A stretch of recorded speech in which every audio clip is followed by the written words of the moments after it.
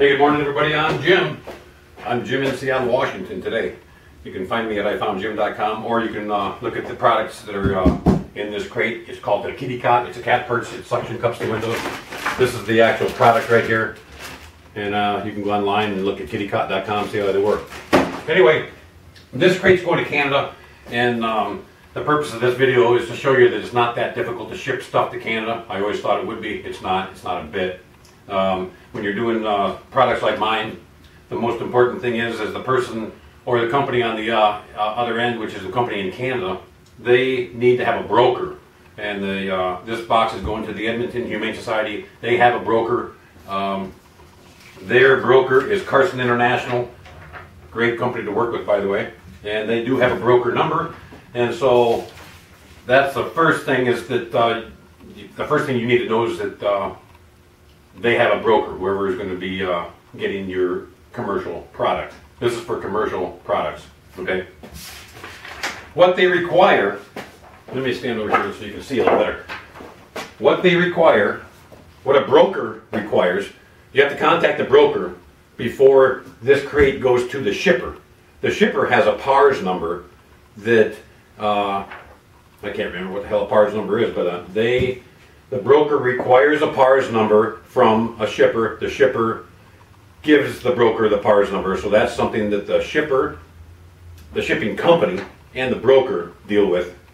You don't, as an individual, I don't have to deal with a PARS number, okay? So when you call up, like when I called up Carson International, they go, what's your PARS number? And I said, I don't have a PARS number. I'm not the shipper, I'm the manufacturer, okay? So here's Carson International, all right? Just so you know, that's the broker for the Edmonton Humane Society. And they have, the Edmonton Humane Society, like I said, has a broker number through Carson International, okay? Now the first thing that they're going to require, or the things that they do require that go to Carson International, which I fax to them, is a fax cover sheet. And this is the fax cover sheet right there, okay? That's what it looks like.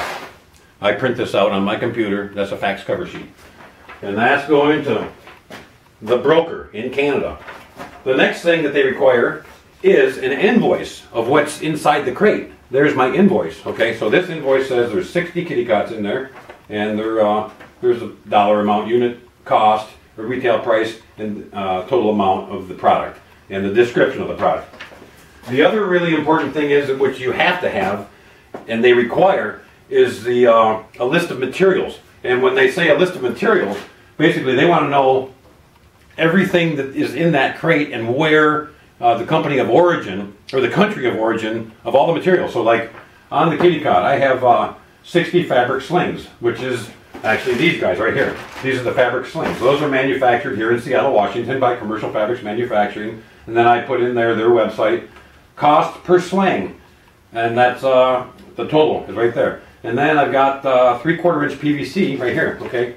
Well, I get that PVC at Lowe's in Seattle. And then there's also, they want these fittings. Who makes the fittings? The fittings are made by Lasco, L-A-S-C-O. And so then I have Lasco in there. You break it all down. Everything that is in this product, you break down. So I break down the suction cups, the wires, the fabric, the PVC. I even do the cards. The cards I get at Staples, I print them myself. There's barbecue skewers on the back which hold the suction cups. So I tell them I get them at the QFC. It's a local grocery store. What else do I have on there? Lanyard Snaps. Well, these lanyard snaps are these little snaps right here which hold to the suction cup. And those come from, where do they come from? CDWplus.com. They're Taiwan made. So you have to tell them where you're getting the material, and tell them the country of origin that those pieces are coming from, even if they came from an American place. So like say these snaps right there, the lanyard snaps, they come from an American company, but they are manufactured in Taiwan. They want to know where they're coming from and the country of manufacture.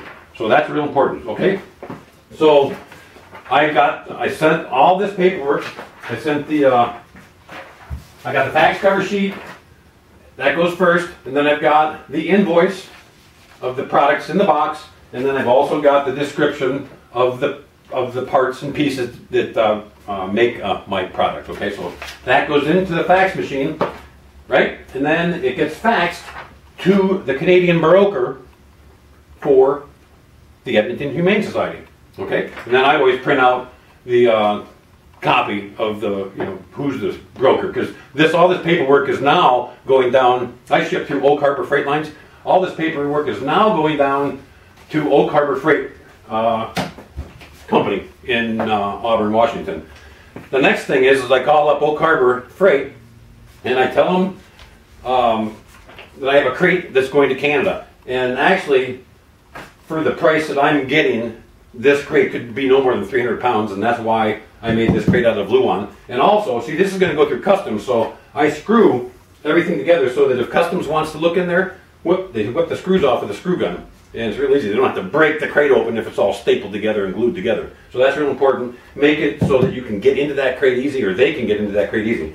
So then, getting back to the Oak Harbor Freight Lines, I call up Oak Harbor Freight Lines, and I ask for a rate quote. And you can use any shipping company you want, but I use Oak Harbor Freight Lines because I've used them before, and they're a fantastic company. So I call them up and I go, I've got a product. I have a crate that's going to Canada, and I need to ship it. And I tell them exactly what's in it, and I tell them exactly the dimensions. They want to know the dimensions, and they want to know the weight. And they're just super people to deal with. And then the rate quote department looks up what class it is. This is actually class 85, which is cheaper than class 100. It's just a matter of semantics at that point.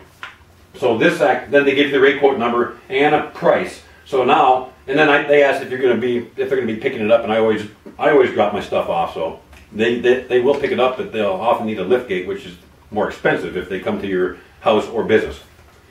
I have a rate quote number now, and so now when I go down to Auburn at Oak Harbor Freight Lines, I just bring this crate in the back of my car, and I walk into their department, and then I fill out the paperwork.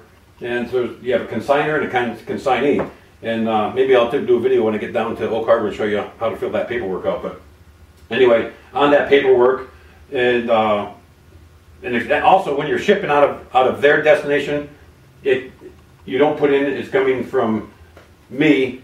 It's coming from me, but it's not from my location. It's from their loading dock. Okay, so that's important to remember. This. They'll also, on that paperwork, they'll want to know the rate quote number, which I've got, and the class number. And then, like I say, in the next video, I think I'll show you how to fill that paperwork out. So anyway, it's real simple to ship to Canada as long as you have all the steps in line. And that's what the purpose of this video is for, so that you guys know it's not that hard to ship to Canada. And it's really quite simple. So I'm going to Oak Harbor. Okay, thanks.